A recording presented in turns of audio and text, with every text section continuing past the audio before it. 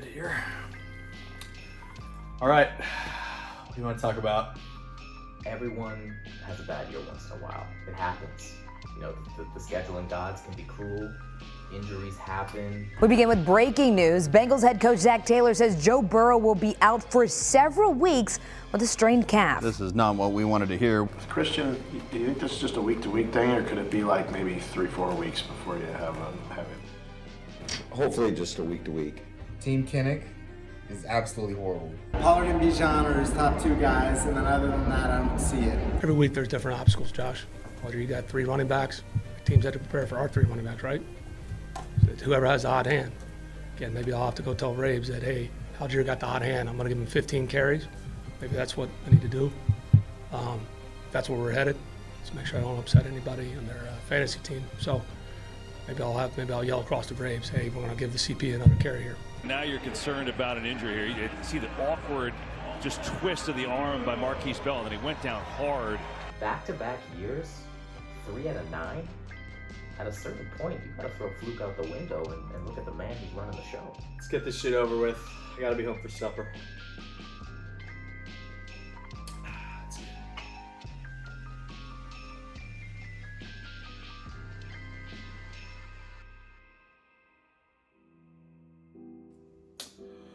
So, thought I had a good draft. Feel good. 9 out of 10. Are you coming in last again? No chance. That was a comedy of errors. Javonte doesn't get hurt. I don't start panic trading. It's a whole big thing. We won't get into it, but I feel good about my team. Not a great draft. Still a little shaky on the accounting with the points and whatnot. Shovel bless his soul. No one else was going to do it, but that's neither here nor there. When you look at this Kennick franchise, it's about the pillars that make the organization successful and the values that they live by. 3 O's. Optimism, outrage. I think that's it. I don't know. Week 1, lost to Rossi by 6. That was a big start. Week 1's our week. And so for us to get a win in week 1, we take it, we move on. And for him, take it and move on. Let's start there. James Cook lost me week 1. And A.J. Dillon lost me week 1, actually. Couldn't get it in at the 1. Aaron Jones gets a fucking touchdown. That's why we paid $22 in the cabana, is for Aaron Jones to do what he did and steal a touchdown from A.J. Dillon in that spot. Rossi, you won. Great for you. Happy for you. But week 1. And I think for Kevin to do the what's if game, it's like, look, I mean, if I had stripes, I'd be a zebra. Or Ed Hockley, you know, and I don't have stripes. And so for him, it's like, hey, a lot of things happen. There's a million chances in this game. A million car crashes every Sunday. And things come out in the wash how they come out. Oh, I never win week 1. No one wants to start their season at 0-1. And yet somehow Kennick has done it 7 times in 9 years. Never won week 1 last year in last place. Never won week 1 getting to the finals 2 years out of 3 years. So no panic after week 1. To come so close to winning it all and then to finishing last place 2 years in a row, it's just a brutal stretch. It's just brutal. Kennick kind of reminds me of the Niners. You get there, you're so close, you lose, and then you just suck. Is what it is, but you got to get off to a good start. The Kennick franchise. Where to begin? Look, I'll come right out and say it. I mean, the guy's great for the league. Deals are constantly flying around. Banter top-notch. Shot pours to the brim. You know, it's the type of guy that you want in a high-stakes league such as this. But, you know, let's be real. Have you ever heard of the Midas touch? Yeah. Whatever Kennick has is the opposite of that. Put some big stock and some great talent. Notably Pollard, Bijan. And actually, I'm not a huge fan of Pollard as is, and Bijan is a whole huge question mark. Didn't account for the coaching or lack thereof. You know who those guys are. Roster construction riddled with holes. A couple soft tissue injuries. Their WR1 is T. Higgins. Like, bro, come on, what are you doing? Their WR2 is Christian Watson. Really never saw our team come together as a whole. key start-sit decisions that could sway a matchup one way or the other. Always seems to choose wrong. Maybe it was time. He has a fine week. He had a bunch of fine weeks on my bench as well, like many other players. Players come to his team to die. And if you don't believe me, let's not forget Alex Collins. R.I.P., baby. But, play a couple bad teams, below-level teams, have their best weeks against me, and boom, here we are, The guy's great for business. There's only 6 playoff spots, and when you can see one name in the standings and cross that off at the beginning of the season, it's a nice boost. You got that monkey on your back from last year, so it's one of those... He lost 11 games in a row to end the season. Shit, he lost 9 in a row when I was still playing. Is this happening again? Or is this going to happen again? I don't know what was going on. You should make him change his franchise name to Bye Week. We probably should not have lost to a team that went almost a full calendar year without a win. But even a broken clock is right twice a day. Or I guess a year, if you're Kennick. Win or go home. It's the tension's building. And that win might have relaxed him too much, because he was 1-3 a few weeks later. But pulled out a great one against Shovel that next week. That was a great one. Kennick franchise has been through a lot the past couple seasons. As a matter of fact, this entire time in the league. But ultimately, that brother made the sandwich. This hurts thinking back. This has been shoved deep down. Only point of grace I'd give him is week 7 with Bijan. That's not on him. Highlights were insane though of him warming up. It was great to see him get the win kicker. Week 7. That was glorious. I had a little cushion on JY that week. Let's just say week 7 could not have gone better than I ever imagined. I'm looking at the stats. He's in the game, but he's not in the game. I'm on the radio. Jake's texting me. I'm playing JY. He's saying, "Where's Bijan?" I said, "I think he's standing on the sidelines with his uniform on. Not really sure what's going on." Hear about the headache. Bijan Robinson, Falcons rookie running back and the centerpiece of many a fantasy team and the subject of many a prop bet, played sparingly, 11 reps, 1 touch. The NFL's looking into it. Head coach Arthur Smith was pressed yesterday on the fact that the NFL wants to know why they didn't say before the game that anything was amiss with Bijan Robinson. Here's Smith from yesterday. Are you talking about sensationalized, things look. I've got an inquiry. No, I mean, guys, if you guys really understand how things really operate, I understand outrage and drama sells. You're not, guys, if you really understand how things really operate, that there's nothing there. So I don't know what, I haven't given 1 second of thought. Got lost by a handful of points that week. Kelsey had the week of his life. Played like dog shit the whole rest of the year. And I sat, who's the back that I sat, who had 15 points. So would have been the difference, but them's the breaks. Have you asked Kennick about Arthur Smith yet? Arthur Smith? Really? You gonna go there? He said we weren't talking about Smith. I'm fucking out of here. Mr. Piggy. Mrs. Piggy.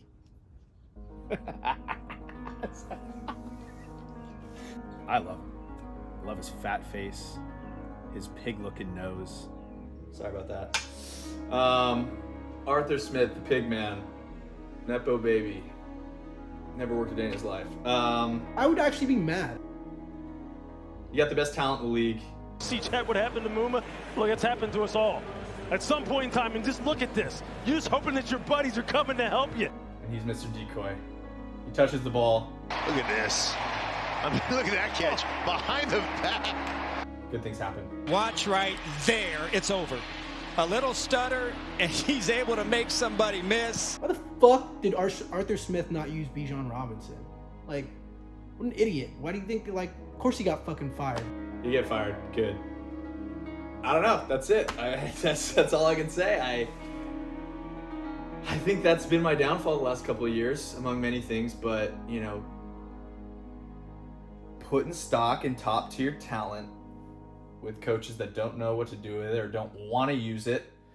Mr. Run the Ball doesn't run the ball with the best fucking running back in the damn league. I'm stuttering because I'm just beside myself. Where's he going now? Do you know where he's going? Where'd he get his job? Bozo's in Pittsburgh. Have fun with him too. He's a fucking idiot. Pittsburgh. Yeah. Have a good time. Have a great time with Russell and Fields and Najee. That's another guy that hurt me pretty good. What can I say? Just hate the guy. That's it. No hard feelings, but hate the guy. Week 9 of the dungeon. I remember it vividly. I remember it because I start every Sunday morning. A little bit nervous. We respect every opponent. What are you looking at here? Kennick was no different. Week 9. But I gotta tell you, come noon that day, when I could shut the phone off and go about my day, because he put up... Total score for your boy, 58.6. That's impressive. Dungeon record low. Edging out Scam Quick. Shout out Cam. He's got one of my rings in this league. Just go down the line here. Daniel Jones, 1.9. Tears his ACL early in the game. Plays another down. Warrior. Idiot Warrior, but a Warrior. Love you, dude. Thielen, 7.9. 7-Eleven open every second. Bryce. Gabe Davis. You can guess what he had. Christian Watson, 4.7. Mr. Soft Tissue. Ramping up. Had a great end of the year. Only to tear his hamstring again. Tony Pollard, 9.3. Mr. 9.3. Everyone would have fucking traded for him. Fuck off. Bijan, 5.9. Probably had 60 yards on 2 touches. On draft day, our scouts looked at Team Kennick and saw Bijan and Pollard. That was his team. Turns out, it wasn't even that. Goddard, is your arm still broken? Did he break his arm yet? I forget. 8 points. James Cook, 7.9. Was our boy Ken Dorsey fired? Was it Dorsey? Turned into fucking LaDainian Tomlinson once we made the change. Jake Elliott, 4 points. Low on the year, likely. He was my best player. And the Pitt defense, part of a trade, 9 points. That comes out to 58.6. That was the difference. That was the difference. I mean, you know, you score 70.6. I think I'm right there. 72.6. I think I'm right there. Yeah, tough one. No, man. I don't know. It's just week 9. Still had it all in front of me. Gotta score more points. What do you want me to say? Team Arch, the scouting department. I called Kennick coming in last. Look what happened. The trade in week 11, didn't think that would have much effect on anyone, right? But you know who it did fuck? Yeah, Kennick. I knew that his team had a good chance of winning that week. That was a tough one. That was a head scratcher when it happened. And I was the on the receiving end. I was the casualty. You don't want to be a person that loses to a team that's in contention for last place. Look at my roster. Injuries all over the place. The reasons for the trade remain unknown. Jerry Jeudy for Devin Singletary. And, you know, I probably send him 3 to 4 trades a week that he just immediately declines. Usually Jay White tries to package your best player for 5 bums. I love packaging pieces. So when a trade is actually legit, I have no problems making the trade. You know, close the season on 3 straight wins. Going to carry that into next year. Thought we found something there with the group. We was really getting through to him by the end of the year. Should have been 4 in a row as opposed to 3 in a row. Had Cam on the ropes. I wake up, I turn over, look at my phone. I look at my roster. I said, I don't know how I'm going to do this. This was one of those things where I was like, you know what? Jerry, Jaggy, Jeudy, underrated right now. Then I get the Yahoo alert, trade offer. It says, Jerry Jeudy for Devin Singletary. Dingleberry, never liked him. Not a Dingleberry guy. I was like, fuck it. I'll go Dingleberry for Jeudy. It's the fastest I've ever accepted a trade. It was accepted within a millisecond by Cam, which I should have known right there. Probably shouldn't have offered it. Normally, I talk to other GMs, we go through hey, what about him for him? How about him for him? I saw this trade as a can't lose for me. A GM has to make moves, and that's what I did. But Devin Singletary dropped a nice 20-piece on me there when he shouldn't have even been on his team. He had one 20-point week. It happened to be against Kennick. I'm sorry. I didn't look ahead at the schedule. I wasn't colluding. I called JY shortly after and said, thank you very much. You know, it was a 1-week rental of Dingleberry. And he said, wow, that's the fastest I've ever seen you accept the trade. I said, JY, I have a starting running back now, thank you. And he said, I got Judy. I said, you can have him. I thought Jaggy Judy could be a guy, but he's obviously not. I don't know. It's just one of those ripple effects. And when you're going through a tough season, sometimes they all fall on you, and that happened 2 years in a row, and that's just that's part of it. It's just one of those things where you get yourself into a negative tailspin and you can't get yourself out of it. The fact that people think that might be collusion is insane. Collude with Scammer and Quick? Fuck no. I've been trying to rip that guy off for WR1s for years. No collusion, just delusion or idiocy or whatever you want to call it. Good for them. Both of them have my rings. No big deal. Pump and dump has just really been a thorn in Kennick's side. Not intentionally, but yeah, definitely.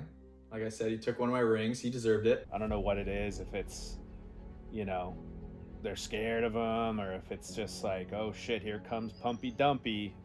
I don't know what it is. That trade hurt. The Bijan headache happened to be playing him. Something else, but, you know, not holding grudges. Hate the guy. Not holding grudges. Kennick and I. Just an incredible rivalry for years. Ever since I took him down in that championship game, it's been a downward spiral. And, you know, I feel like I had something to do with that. I had something to send him into this just hellhole. No. I wouldn't say that. I would say, where did the downward spiral? What happened to that draft? I think it was Najee Harris. Najee Harris 2 years ago.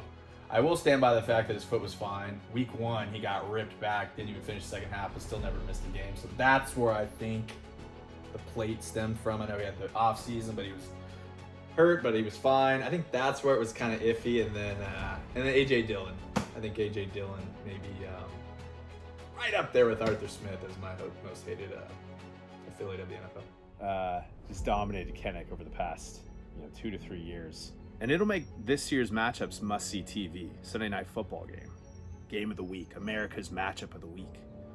Kennick versus Dump. But hey, it's about me. It's about me. You gotta look in the mirror.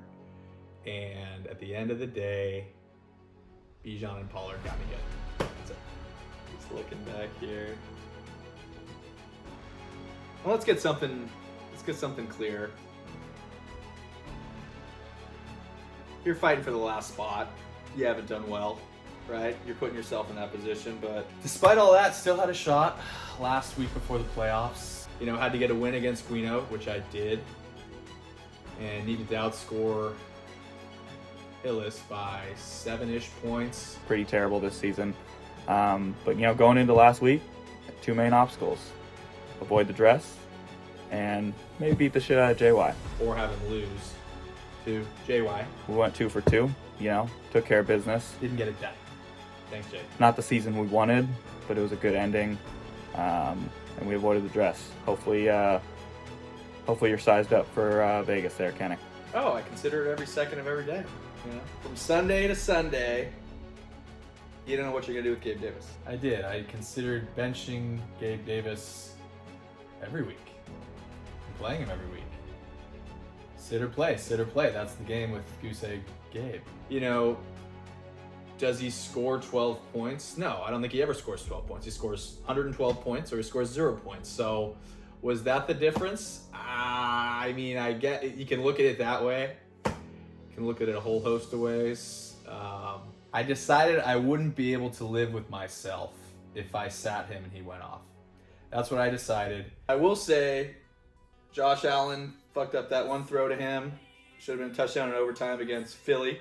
Frauds. And there's another one that they blew to him as well. But what are you going to do? That's Gabe Davis. But I can sleep at night. I can cross-dress at night.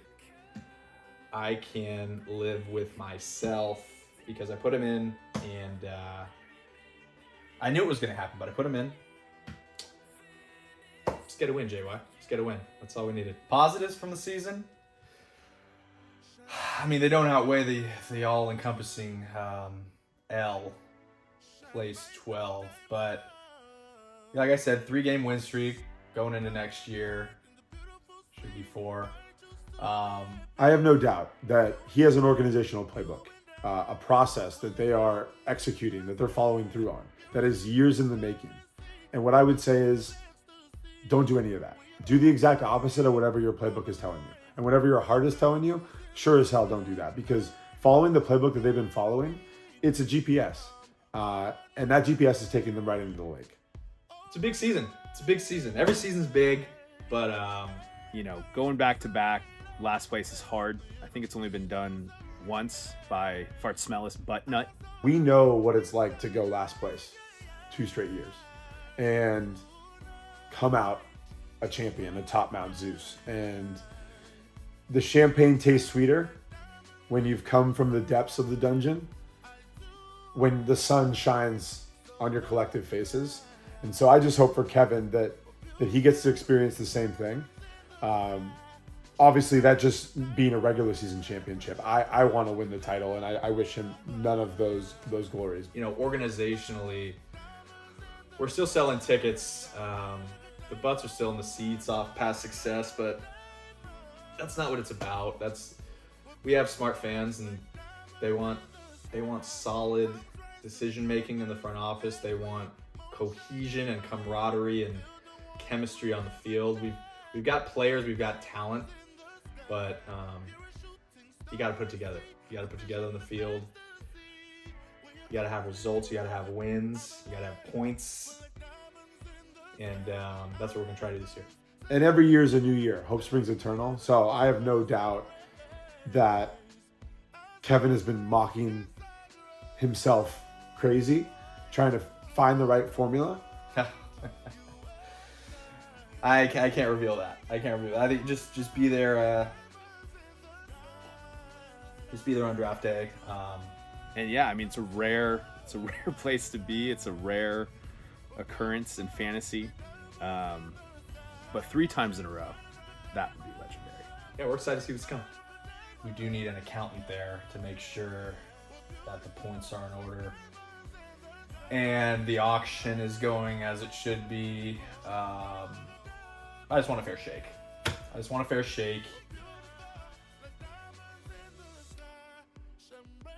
All right, we good? All right. Thanks, Ben. Have a good summer.